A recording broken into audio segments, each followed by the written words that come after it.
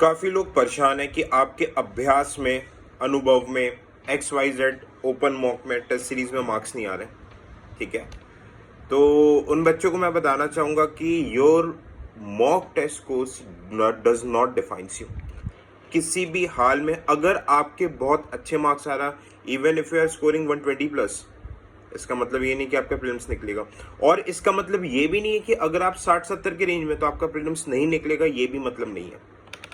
होता क्या है कि मॉक टेस्ट देखो, अगर मैं आपको कोचिंग इंस्टीट्यूट्स की साइकोलॉजी को बताऊं, उनके दिमाग में ये रहता है कि भाई ज़्यादा से ज़्यादा बच्चे एनरोलमेंट हो ताकि ज़्यादा से ज़्यादा डेटा हमारे पास आए और हम ज़्यादा से ज़्यादा बच्चों को मीन्स के हमारे कोर्स एंड ऑल के लिए कन्वर्ट कर सकें।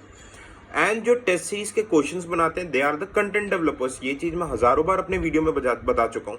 क्यों? क्योंकि मैंने खुद मल्टीपल इंस्टीट्यूट्स में काम किया, मैंने खुद देखा है। वो आपके एज के ही कंटेंट डेवलपर्स होते हैं। चैट जीपीटी से लेके यहाँ वहाँ से लेके सवाल बनाते हैं। आप खुद सोचो, यूपीएससी का जो एसोसिएट या फिर असिस्टेंट प्रोफेसर नया क्वेश्चन फ्रेम करना है, क्या उसके लेवल को कभी मैच कर पाएगा? कोचिंग इंस्टीट्यूट्स के दिमाग में ये रहता है कि डेलिबरेटली टफ दिखाओ, क्योंकि एक हमारा साइकोलॉजी होती है कि भाई हमें लगता है जितनी टफ चीज है, जितना टफ क्वेश्चन होगा, जितना टफ इंस्टीट्यूट होगा, उतना ही डिफिकल्ट, मतलब उतना ही बेहतर इंस्टीट्यूट हो सकता है।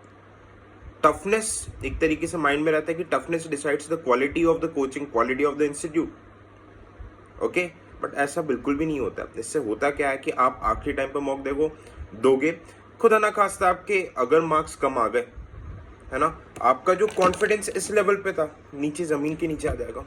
एंड प्रीलिम्स निकालने के लिए सिर्फ और सिर्फ कॉन्फिडेंस एंड प्रॉपर माइंडसेट का गेम है। ओके, मैंने सेकंड अटेम्प्ट तक प्रॉपर वे में बैठ के तैयारी की थी। उसके बाद भाई जब मैं when I entered into the service, okay, एक प्रॉपर माइंडसेट, मैं कभी भी कोई मॉक वॉक नहीं लगाता था। एक दो मॉक खुद देता था सिर्फ देखने के लिए टाइम पे पेपर कंप्लीट हो रहा है कि नहीं। PYQ static high topics revise करके आता था, हर बार 10 नंबर के ऊपर से प्री निकलते हैं।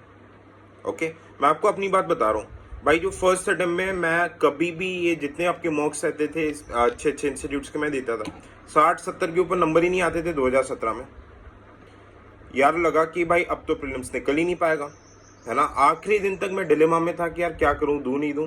पेपर में बैठा, सरप्राइजिंगली मेरे साथ के जो बंदे थे, ओके, वो ठीक है, I wouldn't take the name, है ना, मेरे साथ के बंदे जो कि 105 110 तक स्कोर करते थे मॉक्स में, भाई पता चला प्रीलिम्स नहीं निकला। I clear the prelims, not only this, 105 cut off था, 117 नंबर आया था, 12 नंबर प्लस से प्रीलिम्स निकल गया।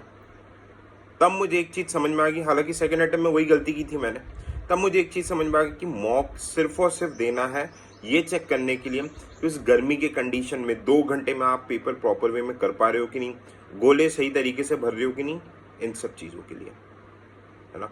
इससे ज्यादा बिल्कुल भी मॉक में दिमाग नहीं लगाना है ना।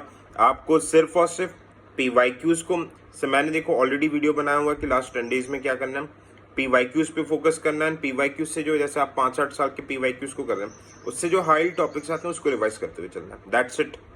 ठीक है, सो आई होप आप प्रॉपर वे में समझोगे। मॉक आप करोगे तो अपने रिस्क पे करना, और सिर्फ करना है तो हो सके भाई ठीक है, मार्क्स मत देखना, है ना, और मार्क्स देखो भी तो यहाँ पे मत चढ़ने देना। मैंने आपको रीजन ऑलरेडी अपने एग्जाम्पल के थ्रू बता दिया है। Thank you so much, keep preparing, all the best. मेरे और भी वीडियो के अपडेट्स के लिए you can join my Telegram channel, जिसका लिंक इस वीडियो के डिस्क्रिप्शन में रहेगा। थैंक यू सो मच, जय हिंद।